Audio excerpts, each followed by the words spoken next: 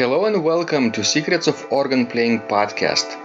We are your hosts, Vidas Pinkevičius and Aušra Pinkevičienė. We've been mastering secrets of organ playing for more than 20 years and sharing them on this blog since 2011. On this show, which we create from our home in Vilnius, Lithuania, we strive to help you grow in every area of organ playing, including practice, technique, repertoire, sight reading, hymn playing, improvisation, composition, music theory, harmony, and many others. Our hope is to help you become a complete musician, or what we call as total organist, a program which we have created to help you reach your dreams faster than you would do on your own. If you are new here, we invite you to subscribe to receive free updates of this blog at organduo.lt. By subscribing, you will also receive free video how to master any organ composition and 10-day organ playing mini course. And now let's go to the podcast for today. Hi guys, this is Vidas. And Aušra. Let's start episode 535 of Secrets of Organ Playing podcast. This question was sent by James and he writes, "Thank you for your podcast. It has been a great help.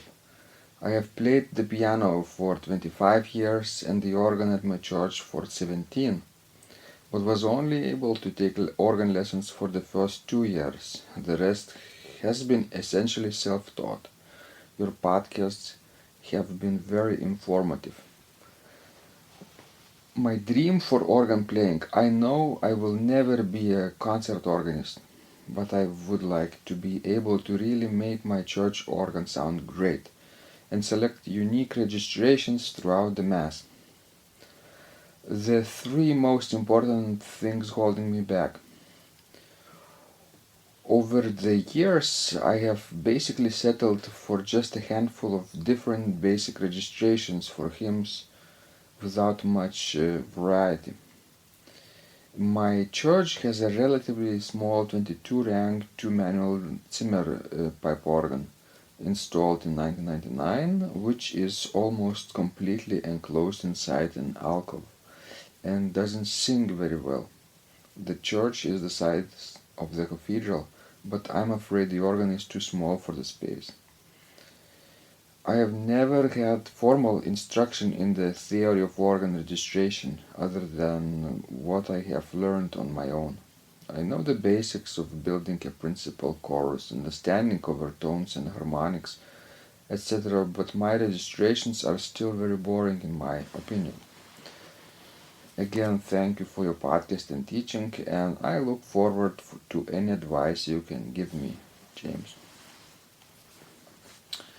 So, Aušra, James has a problem with registration. He wants to make his organ sound great and his registrations to be unique, so to say. Well, don't we all want to do something beautiful and to register, nice? But the problem is that I think when you are asking about registrations and about how to register a certain piece or in general how to select the best registration, actually you need to give us the specification list of your organ. Because otherwise you might be, talking about different things. Because it's sort of hard, to suggest something without seeing the actual stops. Mm-hmm. And even when having, the list of stops, you still might, need to adjust something. Because you really need to listen to the organ in the real situation. But I guess if his church is the size of a cathedral and it has only 22 stops, it might be too small for such a room. Another thing, when you register, you also need to think about reverberation, if, the room is reverberate or not. It also means a lot. But I thought, about his asking how to increase sound of your organ. So basically what you could do, either to add the manual couplers Or in some cases, you would probably need to play things an octave lower. That also might help sometimes. Because, for example, like, we have so many organs built in Orgelbewegung style Mm-hmm. that have these, screamy, ugly sounding mixtures. Not all of them, of course, but most of them actually have. So sometimes, it sounds nice when you play things an octave lower, when it has more sort of round and nice sound. Yeah, I'm not sure if this applies to him because we don't know the specification. We don't know even the composition of the mixture, if it's a low mixture or if it's a high mixture. But in general, what he can do is to thicken the texture a little bit. Play with, I don't know how his organ technique is well advanced or not, but he could play in more than 4-part texture, more parts per chord, right? Is that necessary? That's possibility, but it not always works. But it's sort of he thinks that he sort of registers pieces the same all the time, like hymns. Mm-hmm.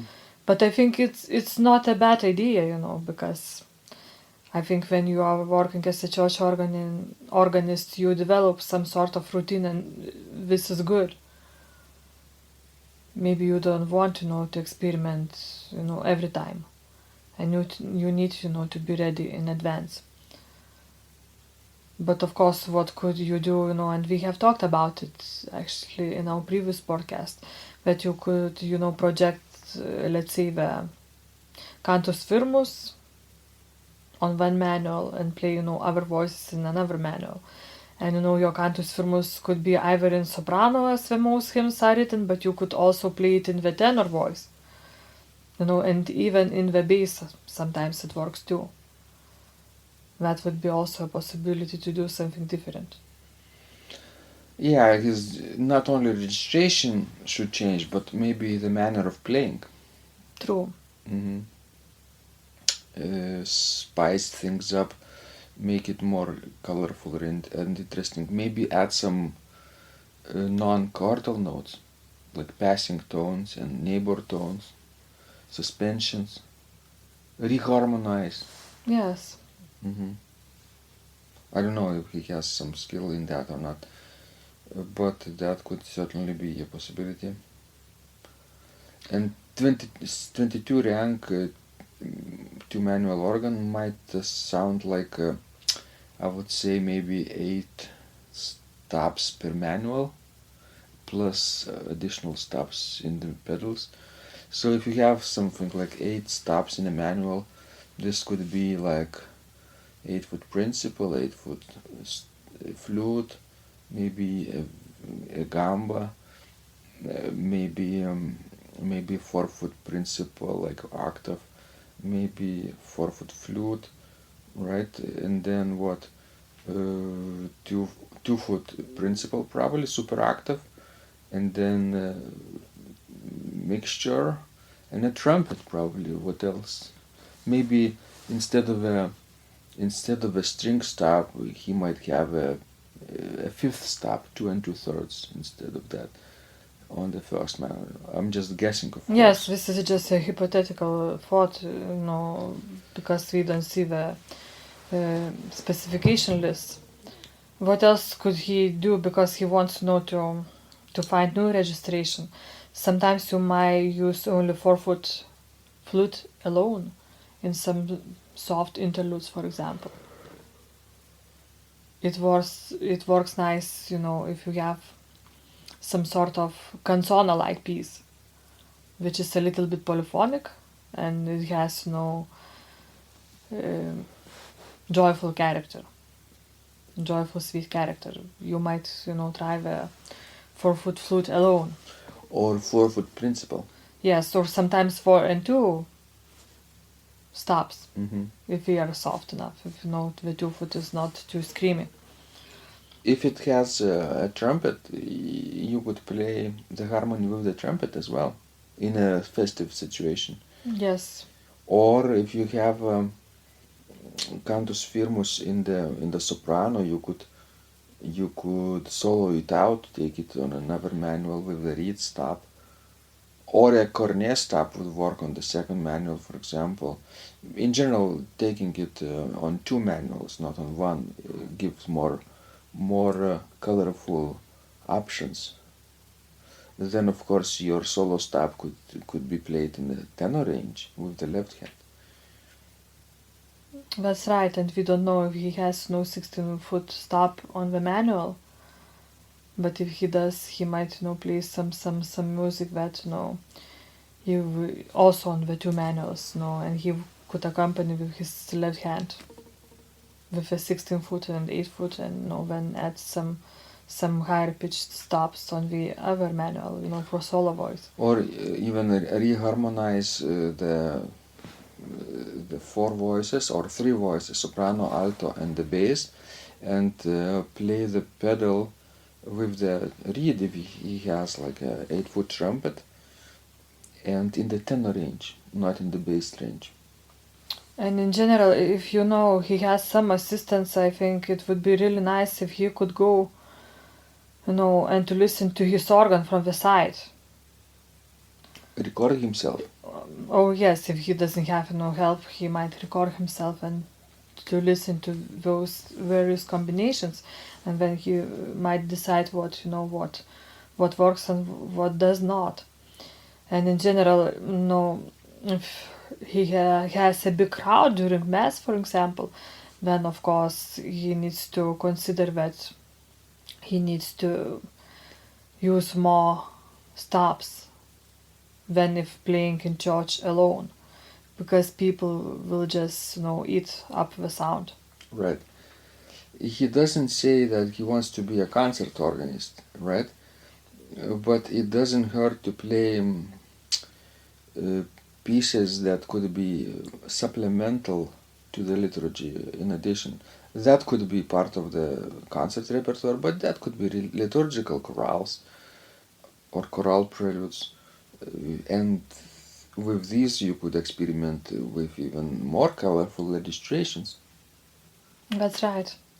So I think that 22 rank instrument, I think it's fairly enough for experiments. Mm-hmm. Yes, hopefully he can take advantage of this and share his music with the congregation and hopefully get feedback, nice feedback. I know, but also you don't have to do experiments like to play with mixture stop alone. That definitely wouldn't work. No, people with hearing aid will scream. So I guess the organ in general is quite a conservative instrument. So you need to apply certain rules and not to experiment too much. Alright guys, this was Vidas. And Ausra. Please send us more of your questions. We love helping you grow. And remember, when you practice, miracles happen. This blog is supported by Total Organist, the most comprehensive organ training program online, where you will find courses for every area of organ playing, including technique, practice, sight reading, repertoire playing, hymn playing, improvisation, composition, music theory and harmony, with hundreds of scores and thousands of exercises. Here is what some of the students are saying. Hugh writes, "The sight reading course has helped me tremendously. Thank you very much for your SS courses and all your help." Robert writes, "I found the fingerings, registration ideas and general comments to be excellent." John writes, "I have found your download very helpful. It was really excellent. I have watched some of your teaching videos and when I read your instructions, I tried to imagine you are there teaching me. You may feel disappointed that I am 2-3 days behind, but I am a slow learner, and I have committed to taking the time to get it right as you say. But the other night my wife commented that she had never heard me play such a detailed melody in the left hand so well. My left hand is generally poor. Robert writes, "It has been a great pleasure in my life of having discovered your courses and material as well as the YouTube work of recordings. You have a calm and pleasant way of teaching." Ron writes, "Hi Vidas and Ausra, thank you guys. What a wonderful response to my email note to you. You've got me right, and I feel you understand my level of playing. Yes, at home and lucky that I have an organ for that reason. I am paying attention to this, and I am going to try this haha no longer secret model. Yes, and I love Cesar Frank too. What is very nice about your blog podcast is that Ausra and Vidas are like a Socratic dialogue, and by bouncing things off of each other, so much more information comes out and is expressed. Your comments contain a wealth of information and understanding. I really appreciate this. It is very inspiring and will keep us moving forward." Would you like to receive the same or even better results that our students are getting? If so, join them at organduo.lt/total-organist. And of course, you will get the first month free too. You can cancel anytime. Also, if you haven't yet subscribed to receive free updates of this blog, make sure you do that at organduo.lt. By subscribing, you will also receive free video, how to master any organ composition, and 10-day organ playing mini course. This was Vidas. And Ausra from Secrets of Organ Playing. And remember, when you practice, Miracles happen.